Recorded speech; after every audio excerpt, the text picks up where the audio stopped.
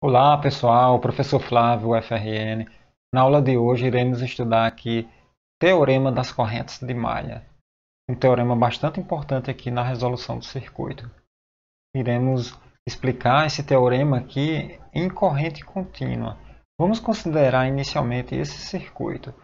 Nesse circuito nós temos aqui vários componentes. Nós temos duas fontes de tensão, V1 e V2, e 5 resistores. E a primeira pergunta que eu faço a vocês: o que são correntes de ramo e correntes de malha?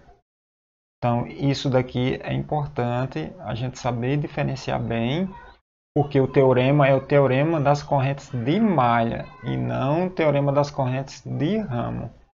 Ok? Essas correntes que eu apresento aqui, elas são correntes de ramo. Por exemplo, uma corrente que circula aqui entre essa fonte de tensão e essa resistência, eu chamei aqui de 1. Veja que a corrente aqui ela vai se dividir, tem duas possibilidades. Eu chamei de I2 e I3. Obviamente você poderia considerar I2 subindo, por exemplo. Eu considerei com esse sentido. I3, por sua vez, vai chegar aqui em outro ponto e teremos dois caminhos. Então eu considerei aqui I4 e I5.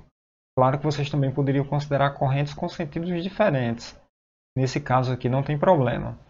Então, essas correntes, todas elas que eu apresentei aqui, elas são as correntes de ramo. Vou considerar essas correntes.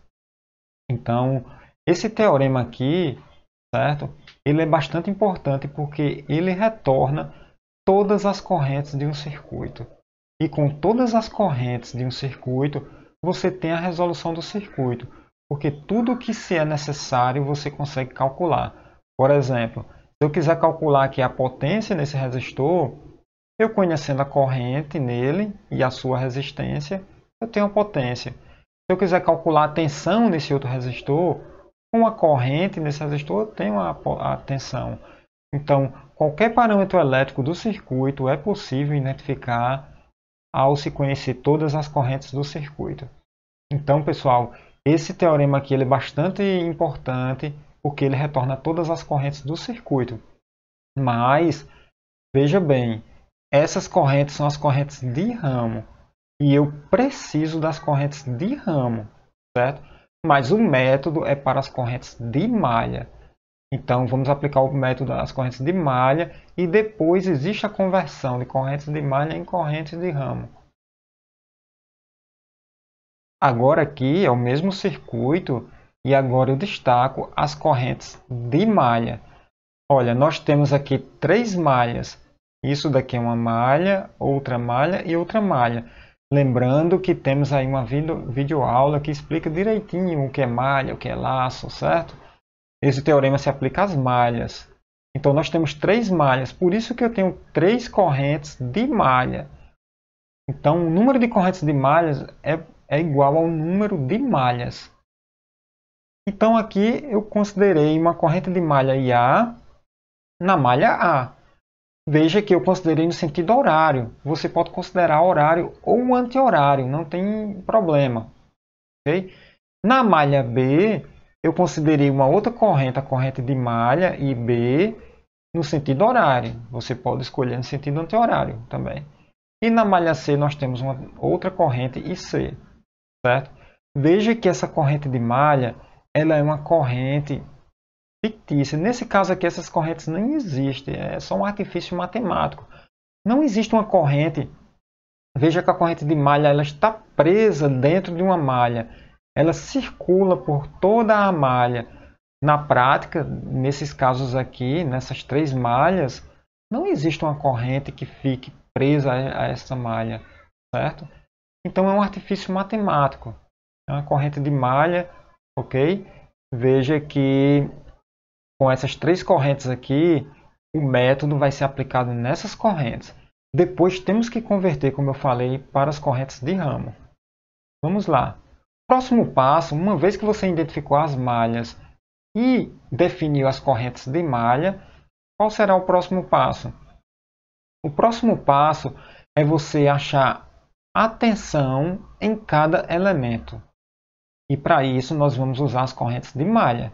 Então, uma fonte de tensão. Veja que uma fonte de tensão, nós já temos as polaridades aqui já definidas, então não há problema. Independente da corrente que eu considere, horário ou anti-horário, aqui vai ser sempre mais. Aqui é a mesma coisa. É uma fonte de tensão, já tem as polaridades. Mas eu preciso identificar as polaridades da tensão de cada resistor com a corrente de malha. Então, olha, aqui eu tenho minha corrente de malha IA. Lembrando que ela está circulando aqui, ó. Tem um IA, IA vai descer por aqui, IA vai vir por aqui, ok? Tem aqui para a gente não esquecer, é uma corrente que circula na malha A apenas. Então, tem uma corrente IA, nesse resistor I2 passa a corrente IA, mas também passa a corrente IB, porque esse resistor está entre duas malhas. No resistor I3 nós temos apenas a corrente B. No resistor 4 nós temos duas correntes, IB e C, porque esse resistor está entre duas malhas. E na malha C nós temos IC. Então, definindo aqui, de acordo com as correntes escolhidas, nós temos agora a definição, certo? Precisamos identificar a diferença de potencial em cada elemento. No resistor R1, lembrando que temos aulas, videoaulas explicando isso, né? A corrente, ela entra no terminal, o terminal de entrada teremos o mais, no terminal de saída o menos. Seguindo o mesmo raciocínio aqui no R2, nós teremos mais e menos. Quem é a diferença de potencial aqui no R1? Vai ser R1 e A. E aqui, essa corrente A, ela vai contribuir com a diferença de potencial R2 e A. Vamos agora para a próxima malha. Mesmo raciocínio. A corrente está horária, IB. Ela vai contribuir com uma diferença de potencial aqui, R2 e B. Só que o mais está para baixo, porque a corrente está subindo. No R3 teremos o mais aqui, e o menos aqui vai ser R3 e B, a diferença de potencial. E no R4 a diferença de potencial é R4 e B com a polaridade positiva para cima. Analisando agora a próxima malha, onde temos IC no sentido horário, teremos aqui a diferença de potencial em R4 vai ser R4 e C, positivo para baixo, que a corrente está subindo. No resistor R5 teremos a diferença de potencial R5 e C positivo deste lado, porque a corrente está vindo nesse sentido. Então, pessoal, esse passo agora foi identificar as polaridades e a diferença de potencial em cada elemento. Veja que temos agora a tensão em todos os elementos. Agora vamos fazer a análise de malha, malha por malha. Vamos agora usar a primeira malha. Na primeira malha, que é a malha A, agora veja que o nosso sentido da corrente é horário. Vamos agora considerar apenas a primeira polaridade de cada elemento, de acordo com esse sentido de corrente. Então, a primeira polaridade dessa tensão é essa. Primeira polaridade da tensão, seguindo o sentido horário, é mais, em R1. Chegando aqui em R2, nós temos mais e menos, certo? Mais R2 e A e menos R2 e B. Mais aqui com relação a IA, menos com relação a IB. E aí vamos montar a nossa equação. Aplicamos agora a lei de Kirchhoff das tensões. É isso que estamos fazendo aqui. Então teremos menos V1 mais R1 e A, aqui, ó, mais R1 e A, mais R2 e A menos IB. Isso é igual a zero. Nossa primeira equação. Vamos agora para a segunda malha. Na segunda malha, o sentido é horário também. Vamos considerar aqui a primeira polaridade em cada elemento. Então, teremos mais e menos, né? Mais R2 e B, menos R2 e A. Mais R3 e B, mais R4 e B, menos R4 e C. Isso tudo é igual a zero. A lei de Kirchhoff das tensões. Temos aqui essa equação. Próxima malha. Na próxima malha, por coincidência, eu também considerei uma corrente horária. Considerando aqui as polaridades iniciais de cada elemento seguindo o sentido horário, teremos o que? Mais R4 e C, menos R4 e B, mais R5 e C, menos V2. Isso é igual a zero. Lei de Kirchhoff das tensões. Então, esse passo, resumindo, né, lembrando, consistiu em aplicar a lei de Kirchhoff das tensões em cada malha, certo? Como temos 3 malhas, temos 3 equações. Temos que resolver aqui um sistema de 3 equações. Quais são as variáveis? São as correntes de malha, IA, IB e C. Então, substituindo aqui os valores de resistores e das tensões, temos aqui um sistema com 3 equações, 3 variáveis, e agora é só fazer o cálculo aqui. Um cálculo matricial, por exemplo, você resolve isso aqui. Nesse caso, temos IA igual a 2 A, IB igual a 1 A e C igual a 1 A. Então, aplicamos aqui o teorema aqui das correntes de malha, que é baseado na lei de Kirchhoff das tensões, certo? E encontramos aqui as correntes de malha. Mas ainda não acabamos, como eu falei, o objetivo final não é encontrar correntes de malha, é encontrar correntes de ramos, que são as correntes que realmente existem no circuito.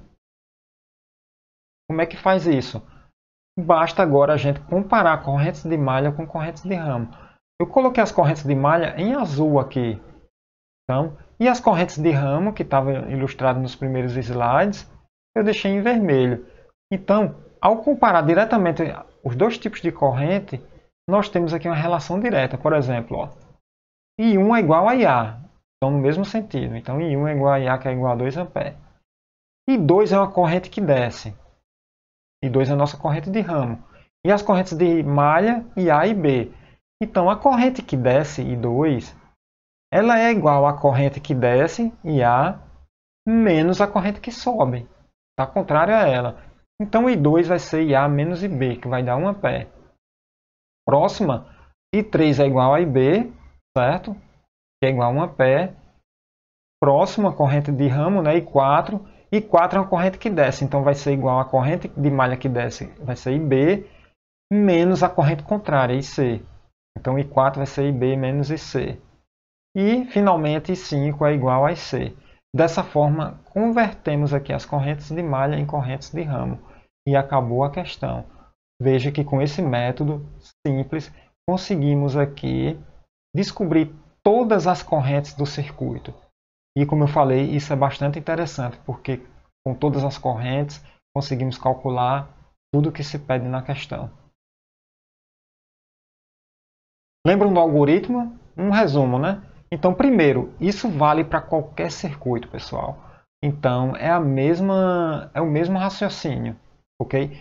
Sigam esses passos que eu ilustrei aqui nessa videoaula e você consegue resolver todos os circuitos, ok? Então, vamos lá. Algoritmo. Primeiro, você vai identificar as malhas. Quantas malhas tem o circuito? Depois, você vai definir as correntes de malha. Você vai escolher correntes de malha sentido horário ou anti-horário, tanto faz. Mas você tem que escolher as correntes de malha. Depois você vai identificar a diferença de potencial em cada componente. É preciso saber a tensão em cada componente e as polaridades. Depois você vai aplicar a lei de Kirchhoff das tensões em cada malha. Com isso você vai calcular as correntes de malha e depois você calcula as correntes de ramo. Ok? Espero que vocês tenham gostado. Na próxima videoaula eu vou falar um pouco sobre alguns casos especiais, como supermalha. Então não perca, ok? Bom, espero que vocês tenham gostado, né, pessoal? Não esquece de se inscrever no canal, de compartilhar com os amigos esse vídeo. Não esquece do like se você gostou, ok? E aí, vamos nos ver aí na próxima aula. Lembrando, pessoal, que aqui embaixo nas anotações, certo? Eu vou deixar um guia de estudo para circuitos elétricos e eletricidade aplicada. Ou seja, nesse guia esse guia vai mostrar a vocês quais vídeos devem assistir para cada assunto. Por exemplo, correntes de malha. Então assista tais e tais vídeos, façam tais e tais exercícios. Então eu vou deixar aqui um guia completo para vocês. Ok? Então, até mais. Até a próxima videoaula.